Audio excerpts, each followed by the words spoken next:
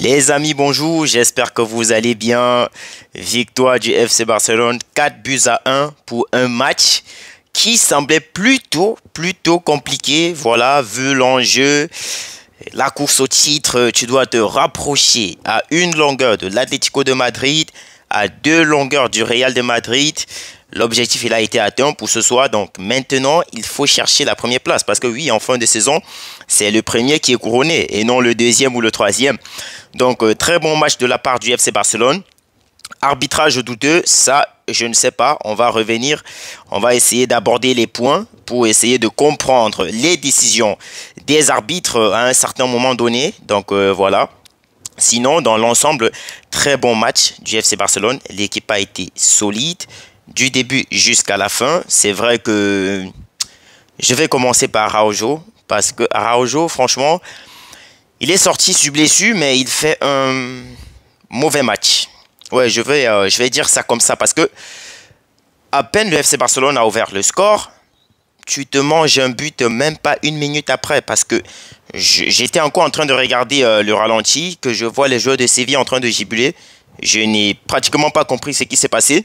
Alors c'est quand je regarde le ralenti que je constate apparemment qu'Araujo, lui, il annule le hors-jeu. Il permet à Séville de revenir à égalité. Et voilà.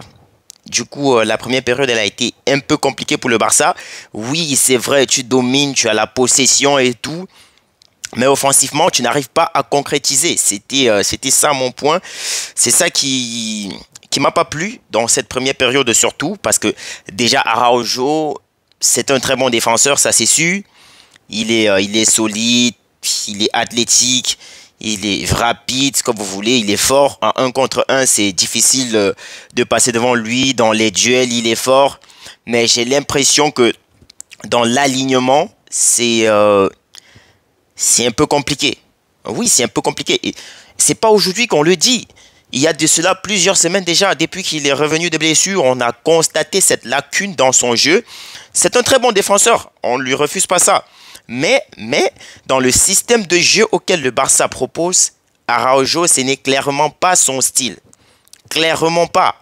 Parce que tu ne peux pas te permettre de dire que tu vas défendre haut avec des défenseurs comme Araujo qui, pour la plupart du temps, vont toujours commettre ces petites erreurs d'alignement qui vont te coûter le but et peut-être la victoire. Ça, tu ne sais pas.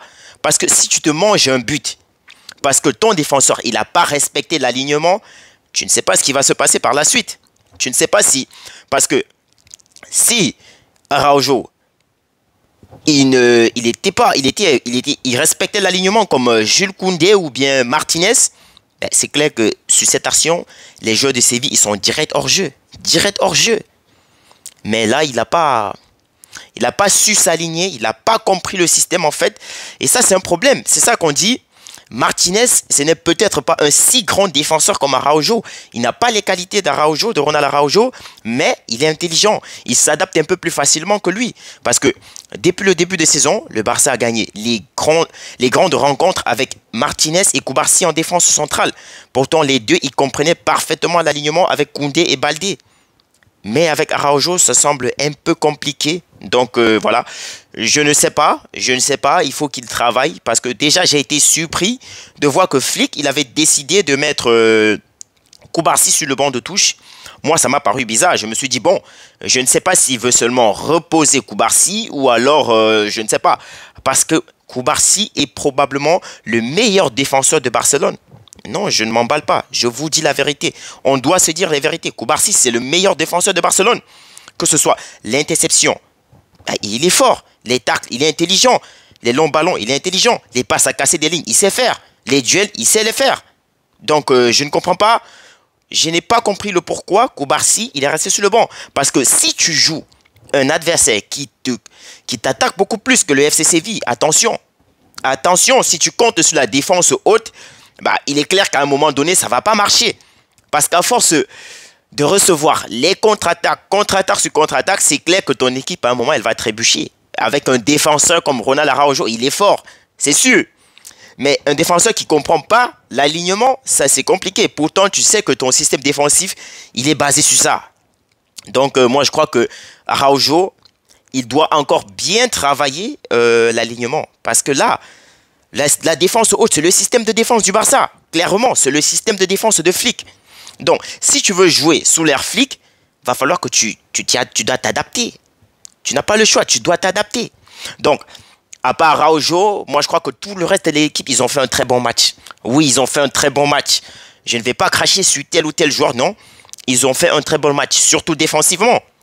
Parce que tu as Koubarsi qui rentre en jeu et qui te fait une magnifique passe décisive pour Rafinha. Tu as Martinez, bon, lui il était titulaire. Martinez, passe décisive pour Lewandowski. C'était magnifique en fait.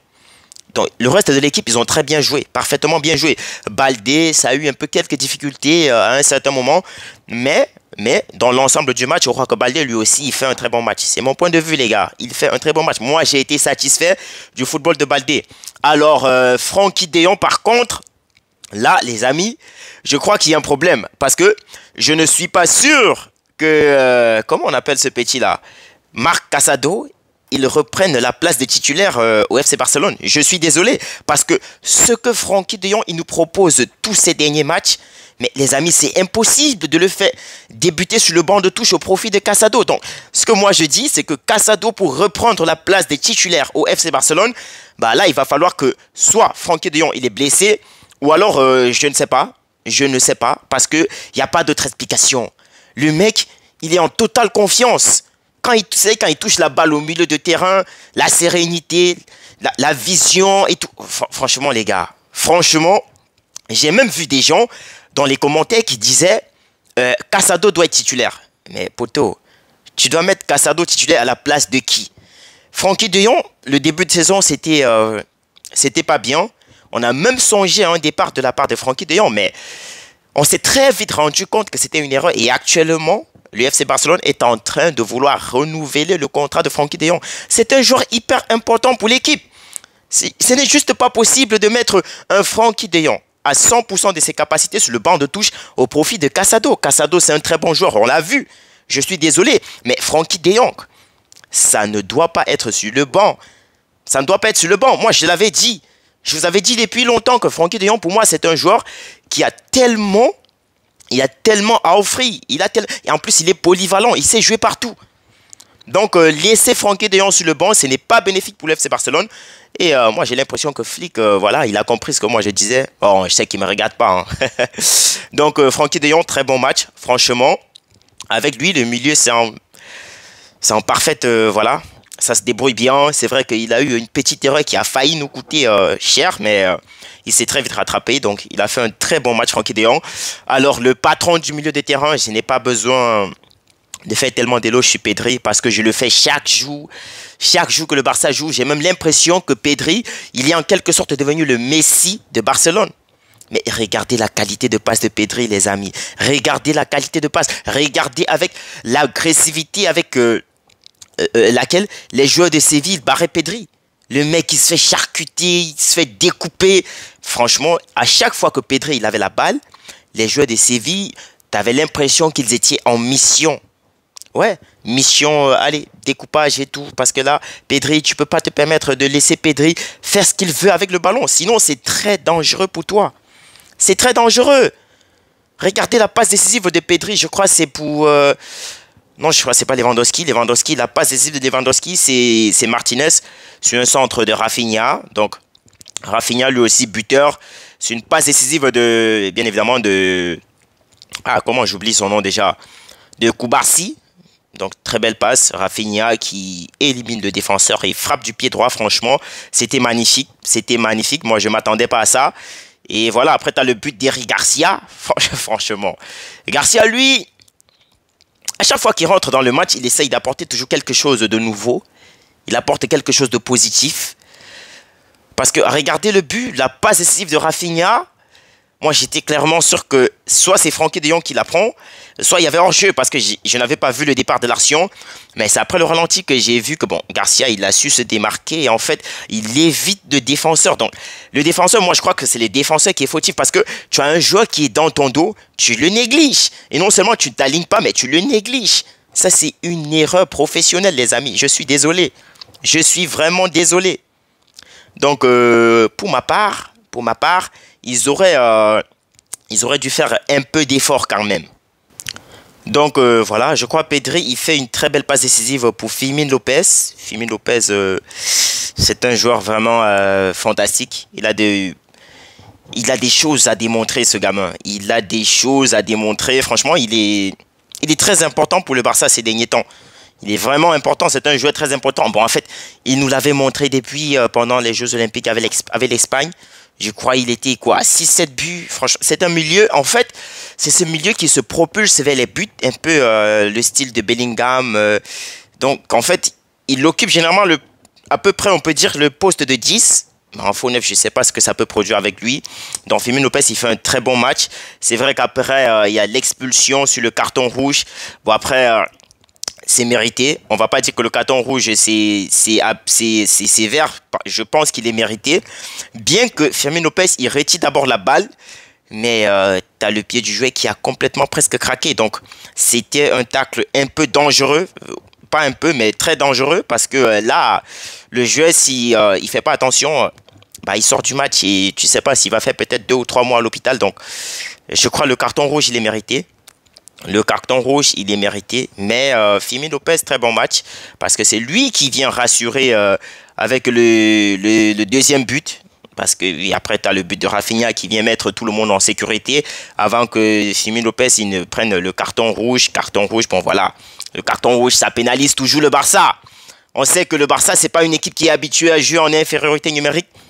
Parce que quand on a eu le rouge, je me suis dit, bon, voilà. Peut-être Séville va essayer de revenir au score. Pourquoi pas même nous gagner parce que nous étions dans la 60e, 62e minute. Donc, ce qui fait qu'il y avait encore beaucoup de temps. Presque 32 minutes de jeu. Donc, en 30 minutes de jeu, tout est possible. Mais le Barça n'a pas lâché.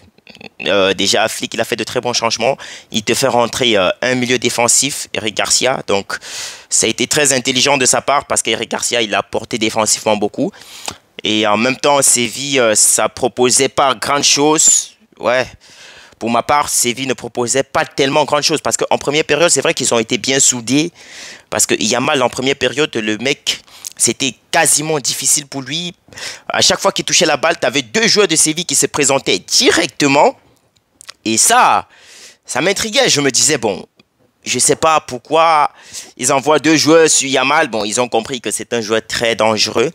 À qui tu laisses la possibilité de s'exprimer, il va t'éteindre, le mec, il va te souiller. Donc, à chaque fois que Yamal avait le ballon, les joueurs de Séville étaient très bien positionnés. Il barrait très bien. Mais c'est vrai qu'après, il a eu 2 belles actions sur des passes de Pedri, si je ne dis pas de bêtises. Parce que la première, bon, tu as le gardien le gardien de Séville, je crois, il te claque la balle en corner. Bon, c'est le corner qui conduit au but. Ça, c'est une action bénéfique. Mais tu as la deuxième action. Très belle passe de Pedri, mais malheureusement, la balle, elle atterrit sur le tibia de Lamine Yamal et ça fait pas but. Donc, j'aurais vraiment aimé que cette action, elle rentre dans les filets. J'aurais vraiment adoré. Après, les amis, on peut pas vraiment reprocher des trucs à Pedri parce que je vois des gens, quand ils font des comparaisons, ils disent Pedri, statistiquement, ça n'apporte pas beaucoup. Non. Comment voulez-vous que Pedri s'apporte offensivement quand il délivre des passes pareilles, mais qu'à la finition, c'est néant? Comment est-ce qu'il va faire? Vous n'allez pas me dire qu'il va faire la passe décisive et aller finir lui-même. C'est pas possible. Ce n'est pas possible. Donc, moi, je crois que Yamal, il fait un très bon match. Mais je dirais que son match, il n'est pas très bon comme les autres matchs. Parce que dans ce match, Yamal, il a l'opportunité de mettre au moins 2 buts. Oui, il a l'opportunité de mettre au moins 2 buts. Mais bon, après, il a essayé des belles choses. J'oublie surtout pas la talonnade pour Jules Koundé qui a mis le ballon un peu comme si c'était du rugby, quoi, du top 14. Mais bon, très bon match. Très bon match dans l'ensemble. Le Barça a très bien joué. Très bien joué. La possession, la domination, les passes et tout. Franchement, tout était presque parfait. Même après le rouge. Moi, j'ai cru que le Barça devait sombrer. Mais c'était vraiment pas le cas parce que je sais que le Barça, c'est une équipe, à chaque fois qu'elle est en infériorité numérique, ça produit pas grand-chose. Bon, ça, c'était sous les Xavi. Reste à savoir si sous les Flick, les choses ont changé. Non, et j'espère que si. Parce que sinon, à 3-1, si tu prends un 3-2, et voilà, c'est tout un match qui commence. Bon, après, au niveau de l'arbitrage, je crois qu'il y a eu une action où les joueurs de Séville ils étaient en train de réclamer le penalty. Je crois que c'est l'action d'avant le but de Rafinha. Bon, est-ce qu'il y a contact dans la surface? Oui. Il y a légèrement contact, mais moi j'estime, pour ma part, j'estime que c'est un peu trop léger pour siffler le penalty. Et je pense que ça aurait été, c'est sûrement la même chose qu'a dit la VAR à l'arbitre. Parce que oui, le VAR a intervenu, hein, pour ceux qui ne savent pas. Parce que les gens vont se dire, l'arbitre n'a même pas consulté le VAR. Le VAR était en pleine communication avec l'arbitre, parce que je me souviens, avant le but de Rafinha, tu as l'arbitre qui faisait signe avec ses mains pour dire que non, analyse est terminée, il n'y a rien. Donc les joueurs de Séville, ils ne comprenaient pas. Donc je suis sûr qu'ils vont peut-être crier au scandale, parce que c'est devenu la tendance en Liga maintenant. Penalty ou pas penalty, c'est un scandale et tout, arbitrage favorisé, tout ça. Mais soyons honnêtes, ça mérite vraiment pas de siffler penalty là-bas. Ça mérite pas du tout.